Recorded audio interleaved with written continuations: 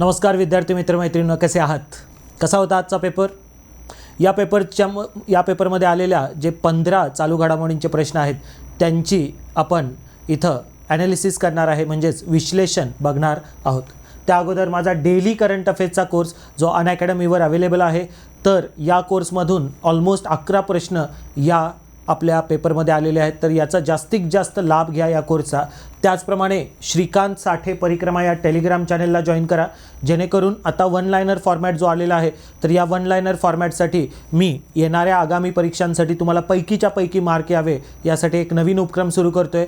तसंच being aspirant या ॲपवर तुम्हाला दर महिन्यांचे 300 प्रश्न सोडवता येतील करंट अफेअर्स रिलेटेड, जेणेकरून तुमचे असे वन लायनर्स क्वेश्चनही चुकणार नाहीत. चला तर बघूया आजच्या पेपरमध्ये कशा प्रकारचे प्रश्न आले आणि त्यांची योग्य उत्तरं काय आहेत. 2021च्या ब्रिक्स फिल्म फेस्टिवलमध्ये खालीलपैकी कोणाला उत्कृष्ट पुरुष अभिनेत्याचा पुरस्कार मिळाला? ब्रिक्स म्हणजे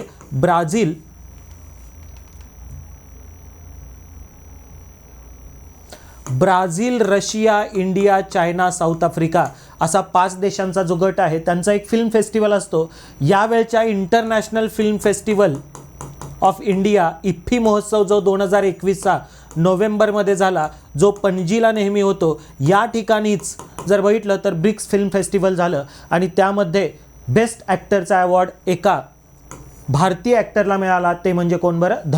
धनुष यांचा असुरन नावाचा मूवी आहे. तर धनुष म्हणजे रजनीकांत यांचे आता म्हणजे अगोदरचे जावई, आता त्यांच्यामध्ये वितुष्ट चालू आहे बायको आणि धनुषमध्ये. तर त्यामुळे रजनीकांत यांची कन्या आणि धनुष हे हजबंड वाईफ होते. तर जर बघितलं तर धनुष याला असुरन या मूवीमधल्या ॲक्टिंगसाठी बेस्ट ॲक्टरचा ब्रिक्स फिल्म फेस्टिवलचा अवॉर्ड मिळालेला आहे. त्याचप्रमाणे जर बघितलं तर बोल्ट्झमन पदक प्राप्त करणारे पहिले भारतीय व्यक्ती कोण?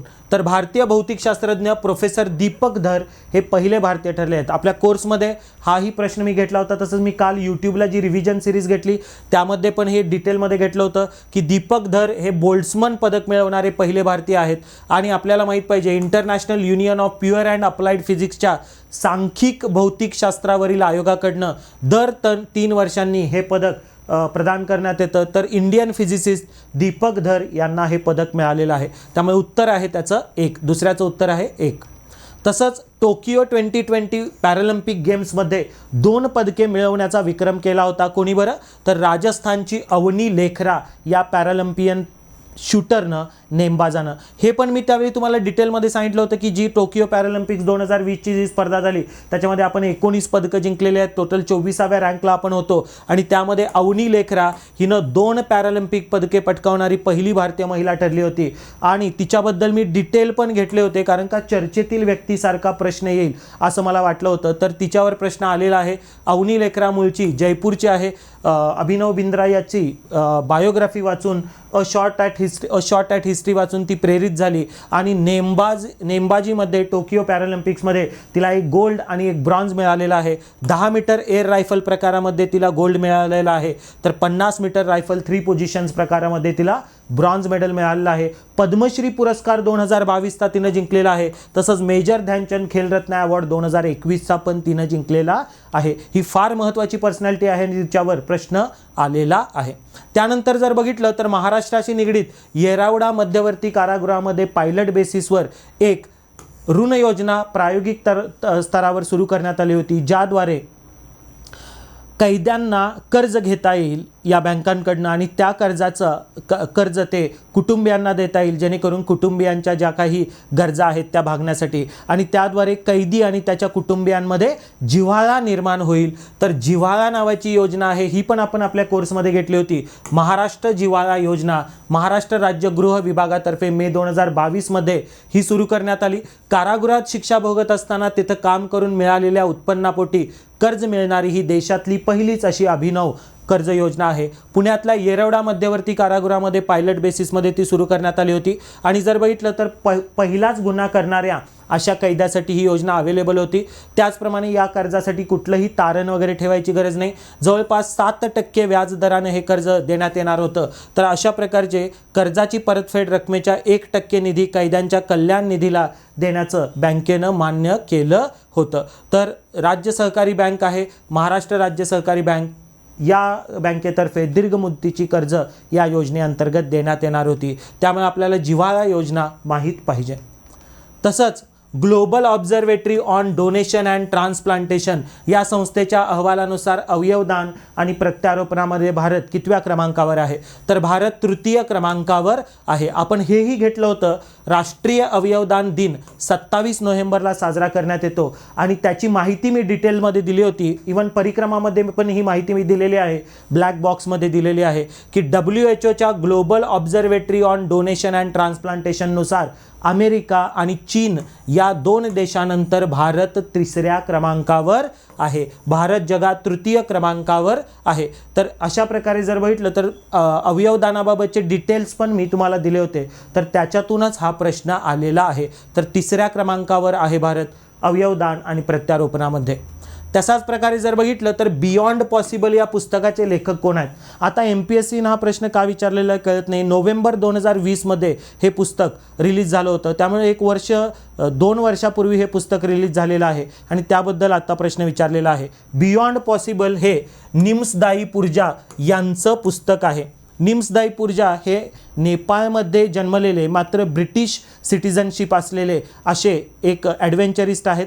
ते सैन्यामध्ये पण होते, ब्रिटिश सैन्यामध्ये, आणि त्याबरोबरच त्यांनी 8000 मीटरपेक्षा जास्त उंची असणारी अशी 14 शिखरं सर करण्याचा विक्रम केलेला आहे.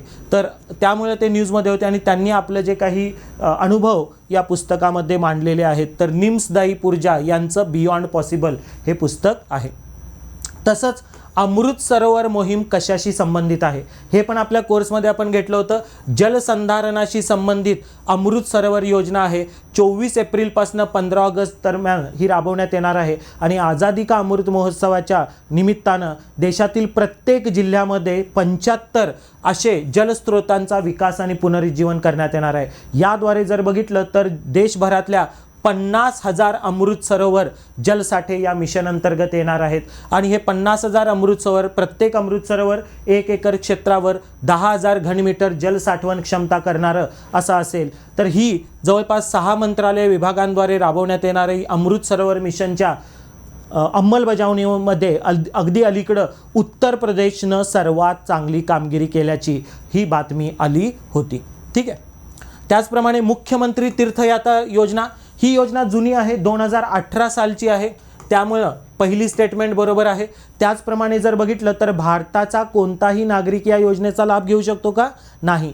केवळ आणि केवळ दिल्लीमध्ये रहिवासी असलेले नागरिकच, ज्येष्ठ नागरिक, 60 वर्षे वयाच्या वडील असे जे नागरिक आहेत त्यांच्यासाठीच ही योजना आहे. आणि या योजनेअंतर्गत सुरुवातीला 2018ला लॉन्च करण्यात ज्यावेळी आली त्यावेळी 5 धार्मिक तीर्थक्षेत्रांना 60 वर्षाच्या वरील असे वयोवृद्ध फ्रीमध्ये त्या धार्मिक यात्रा करू शकतात. सर्व खर्च दिल्ली सरकार उचलणार आणि दिल्लीमधल्या प्रत्येक कॉन्स्टिट्युएन्सीमधल्या 1100 अशा लाभार्थ्यांना या योजनेचा लाभ देण्यात येणार होता. अगदी अलीकडं लॉकडाऊन सुटल्यानंतर जर बघितलं तर ही लॉकडाऊनच्या काळामध्ये ही योजना चालू नव्हती. डिसेंबर 2021मध्ये मात्र ही योजना पुन्हा सुरू करण्यात आली आणि त्यावेळी केजरीवाल यांनी जाहीर केलं की या योजनेअंतर्गत काय बरं, अयोध्येचा समावेश करण्यात आलेला आहे. अयोध्येसोबत वेलंकनी चर्च ही तामिळनाडूमधली चर्च आहे, हिचाही समावेश करण्यात आला आहे. त्यामुळे जर बघितलं तर अयोध्या आणि वेलंकनी चर्च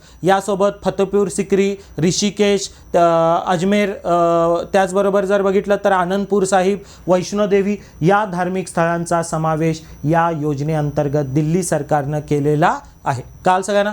तर अशा प्रकारे जर बघितलं तर बी स्टेटमेंट चुकीची आहे. केवळ दिल्ली रहिवाशांसाठी ही योजना आहे. अ आणि सी बरोबर आहे. बिनचूक म्हणजे करेक्ट उदाहरणं कुठली आहेत तर फक्त ए आणि सी, ओनली ए आणि सी, 2 नंबरचा क्रमांक याचा बरोबर येतो.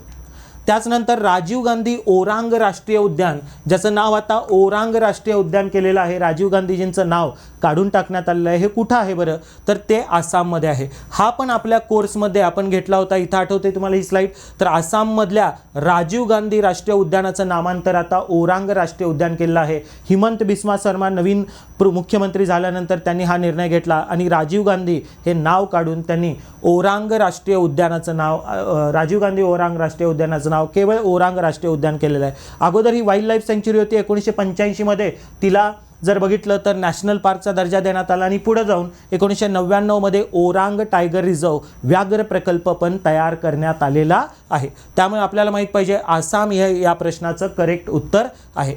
तसंच जर बघितलं तर भारत मध्य आशिया शिखर परिषदेबाबत योग्य विधानं ओळखा.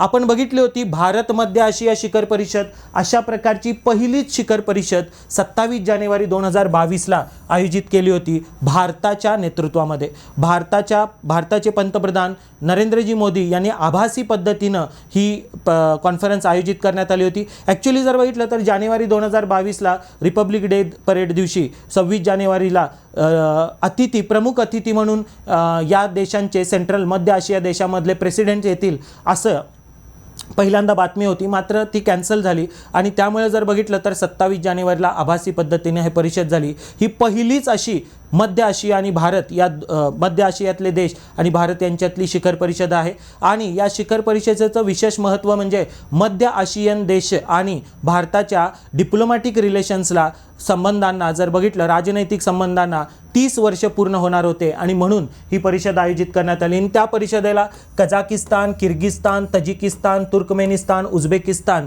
या देशांचे प्रेसिडेंट आभासी पद्धतीनं म्हणजेच व्हिडिओ कॉन्फरन्सिंगच्या माध्यमातून उपलब्ध होते. त्यामुळे जर बघितलं तर पहिली भारत मध्य आशिया शिखर परिषद जानेवारी 2022 मध्ये आयोजित करण्यात आली आणि त्याचप्रमाणे तजाकिस्तान, उझबेकिस्तान ही गणराज्य या शिखर परिषदेमध्ये उपस्थित होते. दोन्ही स्टेटमेंट बरोबर आहेत, त्यामुळे उत्तर येतं ती ए अँड बी, दोन्ही बोथ ए अँड बी बरोबर आहे. तसंच जर बघितलं तर हा प्रश्न पण आपण कव्हर केला होता आपल्या कोर्समध्ये. मे 2022 मध्ये नीती आयोगाच्या उपाध्यक्षपदी कोणाची निवड झालेली आहे? सुमन के बेरी यांची निवड झालेली आहे. आणि मी एक चर्चेतील व्यक्तीसारखा हा प्रश्न तुम्हाला एक्सप्लेन करून सांगितला होता. सुमन बेरी नीती आयोगाचे नवीन उपाध्यक्ष. तर 1 मे 2022 पासून त्यांनी पदभार स्वीकारलेला आहे आणि जर बघितलं तर ते एक फेमस इकॉनॉमिस्ट आहेत. जागतिक बँकेमध्ये त्यांनी काम केलेलं आहे. National council of applied economic रिसर्चचे अध्यक्ष राहिलेले आहेत. त्याचप्रमाणे भारतीय रिझर्व्ह बँकेच्या गव्हर्नरचे ते विशेष सल्लागार होते. इंडियन स्टॅटिस्टिकल कमिशनमध्ये वगैरे काम केलं आहे. असं प्रचंड काय बरं ही अगदी ज्ञानी असणारी व्यक्ती नीती आयोगाच्या उपाध्यक्षपदी नियुक्त करण्यात आलेली आहे. नीती आयोगाचे अध्यक्ष कोण असतात बरं? तर प्राईम मिनिस्टर असतात. तर आपल्याला सुमन के बेरी माहीत पाहिजेत. त्यानंतर जर बघितलं तर यंग सायंटिस्ट प्रोग्राम किंवा ज्याला युवा विज्ञानी कार्यक्रम म्हणतात, युविका, हा कार्यक्रम कोण आयोजित करतं? तर हा कार्यक्रम आपण बघितला होता जुन्या माझ्या लेक्चर्समध्ये. मार्च 2022 मध्ये युविका नावाचा कार्यक्रम सुरू करण्यात आला होता. दरवर्षी हा आयोजित करण्यात येतो. इस्रोतर्फे इंडियन स्पेस रिसर्च ऑर्गनायझेशन इस्रोतर्फे हा आयोजित करण्यात येतो. आणि जर बघितलं तर देशभरातनं 100हून अधिक विद्यार्थ्यांची निवड करण्यात येते आणि त्यांना 2 आठवड्याचं ट्रेनिंग देण्यात येतं. दरवर्षी सर्व राज्य आणि केंद्रशासित प्रदेशातनं प्रत्येकी 3 अशा विद्यार्थ्यांना निवडण्यात येतं जे 8वी पास झालेले आहेत आणि ज्या 8वींच्या सुट्ट्यांमध्ये आहेत त्या सुट्ट्यांच्या कालावधीमध्ये 2 आठवडे यांना कशा प्रकारे उपग्रह निर्मिती करतात वगैरे याचं ट्रेनिंग देण्यात येतं. या निवडीमध्ये जे विद्यार्थी निवडले जातात 100हून अधिक, तर ग्रामीण विद्यार्थ्यांना जास्तीत जास्त प्रायोरिटी दिली जाते. तर याचं उत्तर आहे Indian space research organisation ISRO. इस्रोमध्ये दरवर्षी 2 आठवड्यांचं ट्रेनिंग अशा 100 विद्यार्थ्यांना देण्यात येत आहे युविका कार्यक्रमाअंतर्गत. त्याचबरोबर remove laws that harm, create laws that empower. जे असे कायदे आहेत हानिकारक त्यांना हटवा आणि त्याद्वारे सशक्त करणारे कायदे बनवा. 1 मार्च 2022 रोजी शून्य भेदभाव दिन म्हणजे झिरो डिस्क्रिमिनेशन डे साजरा करण्यात आला आणि त्याची थीम होती remove laws that harm, create laws that empower. तर आपल्याला 1 मार्च 2022 रोजी हानिकारक कायदे हटवा, सशक्त करणारे कायदे बनवा ही थीम 1 मार्च 2022 रोजी झिरो डिस्क्रिमिनेशन डेची होती. तसंच इस्रोचे अध्यक्ष म्हणून कोणाची नियुक्ती झालेली आहे? इस्रोचे 10वे अध्यक्ष म्हणून डॉक्टर एस सोमनाथ यांची निवड झाली आहे. हे पण आपण आपल्या कोर्समध्ये चर्चेतील व्यक्तीसारखी महत्त्वाची पर्सनॅलिटी म्हणून बघितलं होतं. इस्रोचे ते 10वे पूर्णवेळ अध्यक्ष ठरलेले आहेत. के सिवन यांची जागा सोमनाथ यांनी घेतलेली आहे आणि ते जर बघितलं तर कुठचे आहेत? मूळचे केरळचे आहेत. GSLV Mark 3 हा प्रकल्पामध्ये ते सामील झाले. PSLV, GSLV Mark 3 या प्रक्षेपकांच्या डेव्हलपमेंटमध्ये त्यांचा फार मोठा वाटा आहे आणि आता ते इस्रोचे अध्यक्ष आहेत. तसंच जर बघितलं तर पंजाबच्या उत्पादन शुल्क विभागानं अवैध दारू व्यापार संबंधित गुन्ह्यांना आळा घालण्यासाठी ऑपरेशन रेड रोज नावाची एक मोहीम राबवली होती. दरवर्षी ती मोहीम राबवली जाते आणि त्यामुळे कुठल्या ना कुठल्या कारणानं ती न्यूजमध्ये असते. हिंदूमध्ये त्याच्यावर एक आर्टिकल आलं होतं आणि त्याच्यावर आधारित हा प्रश्न विचारल्याचं असं वाटतं. तर हे 15 प्रश्न होते आपल्या कोर्समधनं. जवळपास 11 प्रश्न या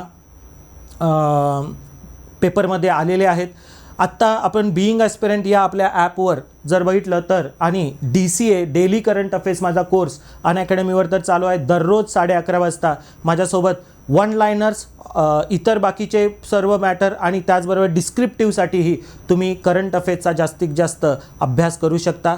तर DCA हा माझा कोर्स मिस करू नका. त्याचप्रमाणे बीइंग ॲस्पिरंट या ॲपवर आता दर महिन्याचे 300 प्रश्न तुम्हाला सोडवता येणार आहेत. तसंच वन लायनर्स दर महिन्याचे सेपरेट PDF फॉर्ममध्ये तुम्हाला अभ्यासता येणार आहेत आणि दर महिन्याचे सेपरेट व्हिडिओज ही तुम्हाला लवकरच बघता येणार आहेत. तर श्रीकांत साठे परिक्रमा हा टेलिग्राम चॅनल जॉईन करा, जेणेकरून माझ्या सर्व लेक्चर्सच्या सर्व उपक्रमांची माहिती तुमच्यापर्यंत येत राहील. तर पुढच्याही परीक्षांसाठी आपण चालू घडामोडी दररोज शिकूया आणि पुढच्या परीक्षांमध्ये येणारे सर्व जे काही प्रश्न आहेत तर त्यांची चोख उत्तरं मिळवूया. तर त्यासाठी करंट अफेअर्स सर्वांनी रेग्युलरली करा. All the best.